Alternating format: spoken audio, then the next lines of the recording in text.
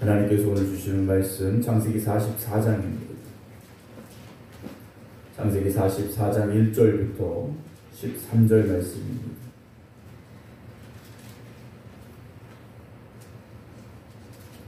(44장) 1절부터 13절입니다.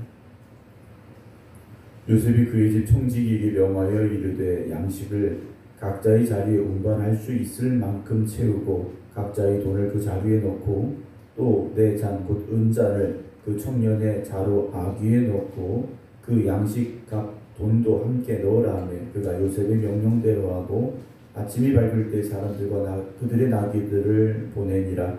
그들이 성읍에서 나가 멀리 가기 전에 요셉이 청지기에게 이르되 일어나 그 사람들이 뒤를 따라가서 그들에게 이르기를 너희가 어찌하여 선을 악으로 갚느냐? 이것은 내 주인이 가지고 마시며 늘 점치는 데 쓰는 것이 아니냐? 너희가 이같이 하니 악하도다 하라. 청지기가 그들에게 따라가서 그대로 말하니 그들이 그에게 대답하되 내 주여 어찌 이렇게 말씀하시나이까? 당신의 종들이 이런 일은 결단코 아니하나이다. 우리 자루에 있던 돈도 우리가 가나안 땅에서부터 당신에게로 가져왔거늘 우리가 어찌 당신의 주인의 집에서 은금을 도둑질하리까? 당신의 종들 중 누구에게서든지 발견되든지 그는 죽을 것이요 우리는 내 주의 종들이 되리이다. 그가 이르되 그러면 너희 말과 같이 하리라. 그것이 누구에게서든지 발견되면 그는 내게 종이 될 것이요 너희는 죄가 없으리라. 그들이 각각 급히 자루를 땅에 내려놓고 자루를 각기 푸니 그가 나이 많은 자에게서부터 시작하여 나이 적은 자에게까지 조사하며 그 잔이 베냐민의 자루에서 발견된지라. 그들이 옷을 찢고 각기 짐을 나귀에 싣고 성으로 돌아가니라. 아멘. 할렐루야. 하나님의 은혜와 사랑과 축복 가운데 살아가는 되시기를 주님의 이름으로 축원합니다. 오늘 온라인으로 예배드리고 계신 안진환 권사님, 김성자 권사님, 정봉 권사님, 안명기 권사님, 박영효 권사님, 김건욱 권사님, 김효옥 권사님, 이숙자 권사님, 임승자 집사님, 김정은 장로님, 박정순 권사님, 박재순 성도님 주님의 이름으로 축복합니다. 이제 요셉과 형제들이 만났죠. 물론 아직 요셉이 자기가 그들의 형제임을 밝히진 않았지만 그들이 함께 식사를 하면서 또 잔을 나누면서 함께 즐거워했다라고 43장 어제 34절 마지막 절에 이제 기록을 하고 있습니다. 그렇게 이제 다음 날이 됐는데 오늘은 분위기가 바뀌어버리게 됩니다. 오늘 44장 1절은 요셉이 그의 집 청지기에게 명하여 이르되 양식을 각자의 자리에 운반할 수 있을 만큼 채워라 그랬습니다.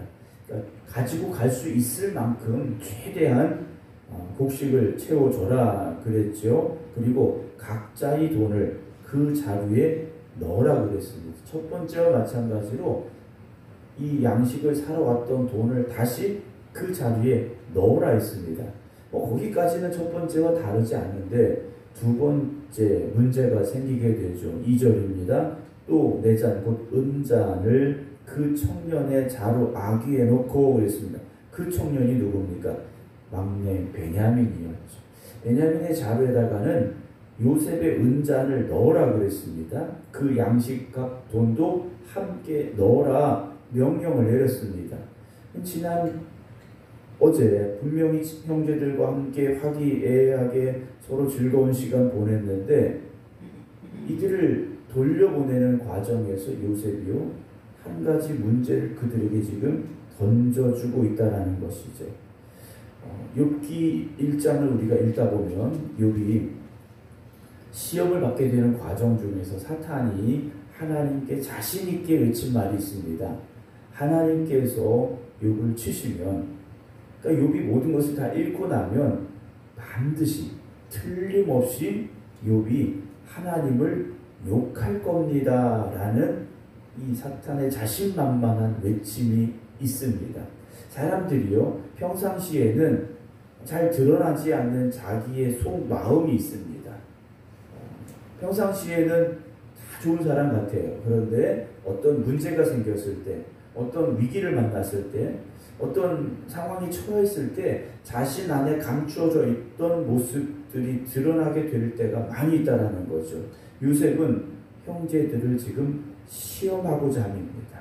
자기를 죽이려고 했고 노예로 팔았던 그때의 형들의 모습이 아직도 있는지, 아니면 정말 그들이 달라지고 변화되었는지 확인하고자 했다라는 거죠. 3절, 아침이 밝을 때 사람들과 그들의 나귀들을 다 이제 보냅니다. 그러면서 4절, 그들이 성읍에서 멀리 가기 전에 요셉이 청지기에게 말합니다. 그 사람들의 뒤를 따라가라 그래요. 그 사람들의 뒤를 따라가라. 그들에게 이르기를 너희가 어찌하여 선을 악으로 갚느냐. 요셉이 선을 베풀었지 않습니까? 집에 초대해서 같이 식사도 하고 양식도 어찌 보면 그들이 가지고 온 돈보다 훨씬 더 많이 넣어줬겠죠. 그런데 너희가 왜 악으로 갚느냐? 이것은 내 주인이 가지고 마시며 늘 점치는 데 쓰는 것이 아니냐. 그냥 은잔이 아니라는 겁니다. 그냥 뭐 술 마시고 물 마시고 하는 잔이 아니라 점치는 데 쓰는 것이다. 그러니까 정말 소중한 것이다.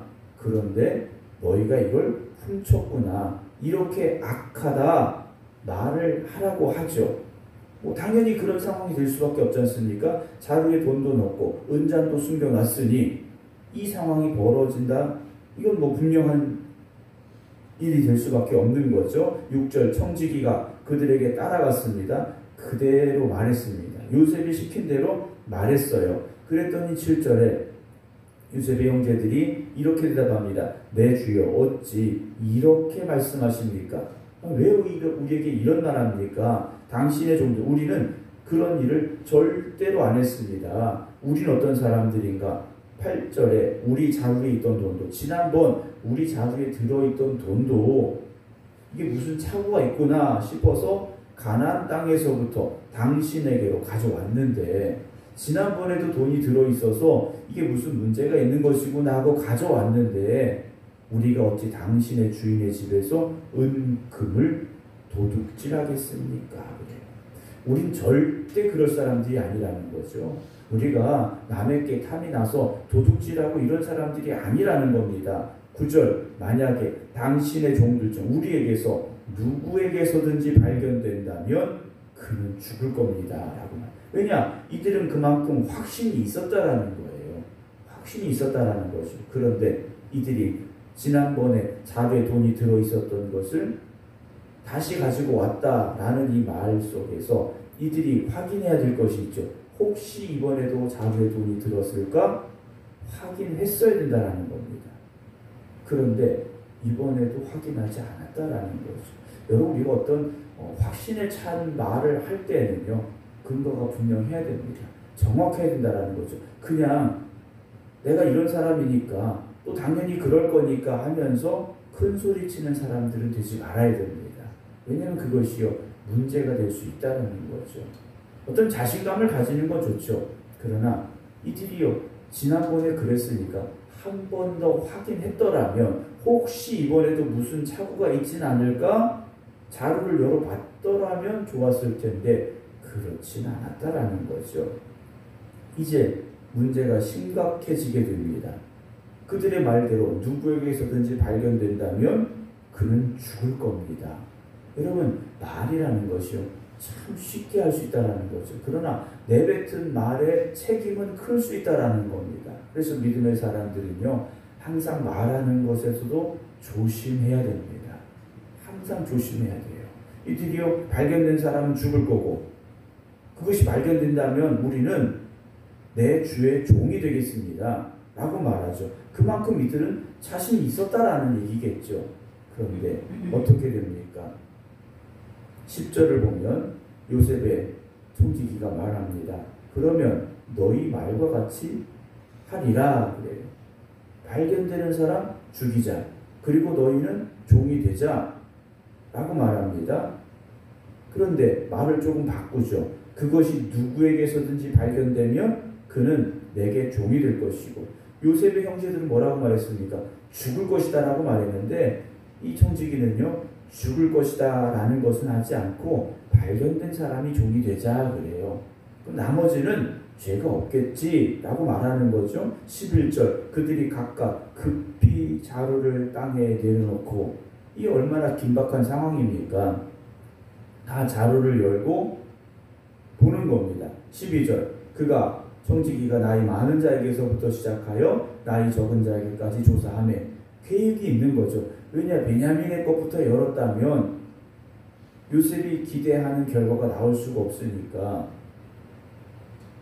나이 많은 큰형에게서부터 시작해서 베냐민까지 가는데, 마지막 그 잔이 베냐민의 자루에서 발견되고 만 겁니다.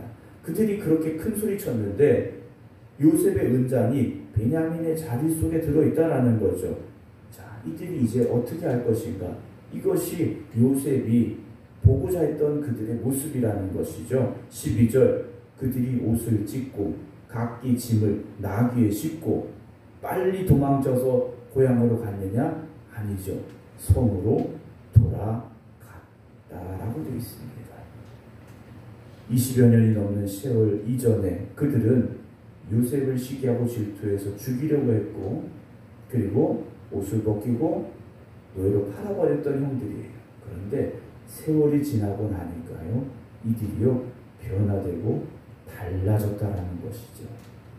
변화되고 달라졌다라는 겁니다.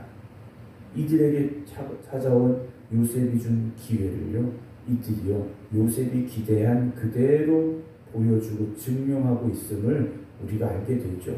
그것을 우리가 이제 44장에서 더 깊이 보게 되는 내용들을 우리가 말씀 속에서 이제 발견할 수 있게 됩니다. 사랑하는 성도 여러분, 우리가 믿음으로 시험을 통과해야 됩니다. 그렇죠? 믿음으로 시험을 통과해야 되는데 그 믿음이 어느 날 갑자기 뻥 튀기듯이 뻥 하고 생겨나지는 않습니다. 매일매일의 삶을요, 우리가 하나님이 기뻐하시는 믿음으로 살아가려고 힘쓰고 노력할 때 그 믿음의 날들이 쌓이고 쌓여서 큰 믿음의 사람들이 될 수 있다는 거죠. 요셉의 형제들이 지난 세월 어떻게 살아왔는지 우리가 성경을 통해서는 알 수 없습니다. 그런데 아마도 그들의 눈에 비춰진 자기 아버지 야곱의 모습이 있겠죠. 야, 우리가 생각을 잠깐 잘못해서 우리 아버지가 저렇게 살아가는구나, 저렇게 고통 속에 살아가는구나. 나는 아마도 그들의 회개, 또 죄책감, 이런 모습들이 분명히 있었을 것이다라는 거죠. 그렇게 세월을 보내고 나니 이들이 베냐민을 내버려 두고 도망치는 사람들이 아니라 베냐민을 살리기 위해서 함께 발걸음을 돌이키는 사람들이 되어졌다라는 거죠. 오늘도 좀 전에 말씀드렸습니다만 우리에게 주어진 삶 속에서 오직 하나님을 향한 믿음만 가지고 그 하루를 살아갈 수 있는 여러분들이 되시기 바랍니다. 그래서 어떤 큰 시험이 왔을 때도요, 우리가 흔들리지 않고 우리의 신앙을 증명할 수 있는 그런 여러분들이 되시기를 주님의 이름으로 축원합니다. 오늘 이제 수능 시험을 치르게 되는데 아이들이요, 자신들이 지금까지 준비했던 것을 어찌 보면 그 시험 하루를 통해서 보여줘야 되는 그런 날이 오늘이 아닌가 하는 생각을 합니다. 그날 컨디션에 따라서 또 어떤 여러 가지 변수가 있어서 자기의 전부를 보여주지 못하는 아이들이 있을지 모릅니다. 그러나 믿음은 그렇지 않습니다. 어떤 상황에서도요, 믿음은 반드시 드러나게 돼 있습니다. 그날 내가 좀 컨디션이 안 좋아서, 그날 어떤 상황이 안 좋아서 그렇지 않습니다. 어떤 상황에서도요, 우리 안에 있는 믿음은 분명히 드러나게 돼 있다라는 거죠. 우리 안에 있는 믿음이 어떤 믿음일까? 우리들 자신이 정말 부끄럽게 꺼낼 수밖에 없는 믿음이 아니라 어느 순간 어느 자리에서도 당당하게 맞설 수 있는 그런 믿음, 아름다운 믿음, 승리하는 믿음, 하나님이 기뻐하시는 믿음이 오늘 우리 안에 있게 되기를 주님의 이름으로 축원합니다. 기도하겠습니다. 하나님께서 우리를 택하시고 부르셔서 하나님의 자녀로 살게 하시며 참된 믿음의 자리에 서게 하시니 감사합니다. 우리에게 어떤 시련이 오고 또 어떤 문제가 또 고난이 우리에게 찾아온다 할지라도 우리가 가진 그 믿음으로 담대히 맞서 나아갈 수 있어야 되는데, 혹시나 우리의 믿음이 시험 앞에서 흔들리는 믿음이었고 부끄러운 믿음은 아닌가 우리 자신을 돌아보게 됩니다. 오늘도 이 새벽 깨어 기도드리는 모든 성도들 가운데 주님 함께하여 주시옵시고 성령님께서 우리를 새롭게 하여 주시어서 우리의 믿음이 하나님을 기쁘시게 드리는 믿음이 되게 하시고 어떤 시련이나 역경 앞에서도 담대히 맞설 수 있는 귀한 믿음 되게 하여 주시옵소서. 그래서 우리 생각의 성도들이 살아가는 삶 가운데 저들에게 주신 그 귀한 믿음으로 말미암아 승리하는 삶이 되게 하여 주시옵소서. 절망과 좌절하는 삶이 아니라 믿음으로 담대하게 맞서는 성도들 되게 하여 주시옵소서. 이제는 우리 주 예수 그리스도의 은혜와 아버지 하나님의 무한하신 사랑하심과 성령님의 감동 감화 교통하심이 오늘도 하나님이 허락하시는 귀한 믿음으로 살아가겠습니다. 결단하며 기도드리는 모든 성도들 위해 이제부터 영원토록 함께 하시기를 간절히 축원하옵나이다. 아멘.